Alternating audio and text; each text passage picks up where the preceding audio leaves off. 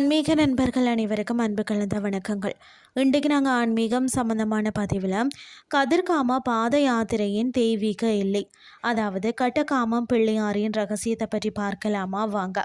கட்டகாமம் என்பது யாழக்காட்டின் மிக கடுமையான வனவிலங்குகள் நிறைந்த இறுதி பகுதியாகும். முற்காலத்தில் மற்றும் இன்றும் சில நேரங்களில் பார்த்தீங்கன்னா அடர்ந்த இந்த காட்டு பகுதியில் வழி தவறும் பக்தர்களுக்கு திடீரென ஒரு வேடன், அதாவது காட்டுவாசி தோன்றி அவர்களை பாதுகாப்பாக கூட்டிக் கொண்டு வந்த இந்த கட்டகாமம் பிள்ளையார் கோவில்லையோ அல்லது கதிர்காம எல்லையிலேயோ விட்டுவிட்டு மறைந்து விடுவான் என்ற நம்பிக்கை ஆழமாக உள்ளது.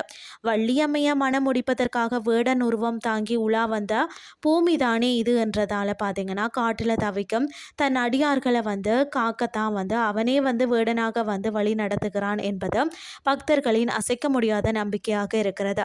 கட்டகாமம் பிள்ளையார் கோவிலின் தோற்றம் பற்றிய ஒரு சுவாரஸ்யமான திருவிளையாடல் கதையை கூறப்படுகிறது. வாங்க அது என்னன்னு சொல்லி பார்க்கலாம். முருகப்பெருமான் வள்ளியம்மையை தேடி அவளை திருமணம் செய்ய கதிர்காம காடுகளுக்கு வந்த போது அவரது அண்ணனான விநாயக பெருமான் பார்த்தீங்கன்னா தம்பியின் திருமண விளையாட்டை காணவும் அவருக்கு உதவவும் யானை உருவம் எடுத்து வள்ளிய அச்சமூட்டிய லீலைக்கு முன் இந்த எல்லையில மறைந்து அமர்ந்து வழிமறித்ததாகவும் கூறப்படுகிறது. தம்பி முருகனின் அவசர பயணத்தை அண்ணன் கட்டமிட்டு, அதாவது தடுத்து எல்லை அமைத்து நிறுத்திய இடம்தான் இந்த கட்டகாமம் என்றும், அதனால் தான் முருகனை தரிசிக்க முன் இங்கு பிள்ளையாருக்கு தேங்காய் உடைத்து அனுமதி பெற வேண்டும் என்ற மரபு உருவானதாகவும் பெரியோர்கள் கூறுவார்கள். கட்டகாமம் பகுதியில் இன்றும் பாத யாத்திரை பக்தர்கள் அனுபவிக்கும் ஒரு நிஜ கலந்த ஆன்மீக அதிசயம் உண்டு. என்னன்னு சொல்லி பார்த்தீங்கன்னா யாழக்காட்டின் இந்த பகுதியில் யானைகள், கரடிகள் மற்றும் சிறுத்தைகளின் நடமாட்டம் மிக அதிகமாம்.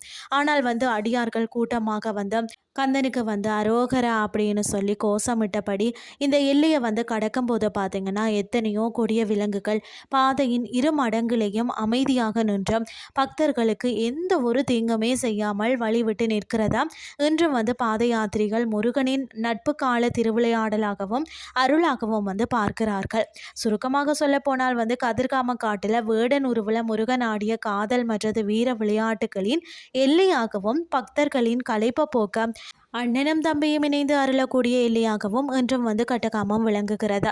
பக்தர்களாகிய நாமும் பாத யாத்திரையின் போது பிள்ளையாரை தரிசித்து தேங்காய் உடைத்து அவரது பக்தியையும் அனுமதியினையும் பெற்று எம் முன்னோர்கள் நம்பிக்கையை தொடர்ந்து பேணுவோம் என்று கூறிக்கொண்டு இன்றைய ஆன்மீகம் சார்ந்த பதிவை நிறைவு செய்து கொள்கிறேன். இதே மாதிரி மற்றும் ஒரு ஆன்மீகம் சார்ந்த பதிவோடு உங்களை சந்திக்கிறேன். நன்றி.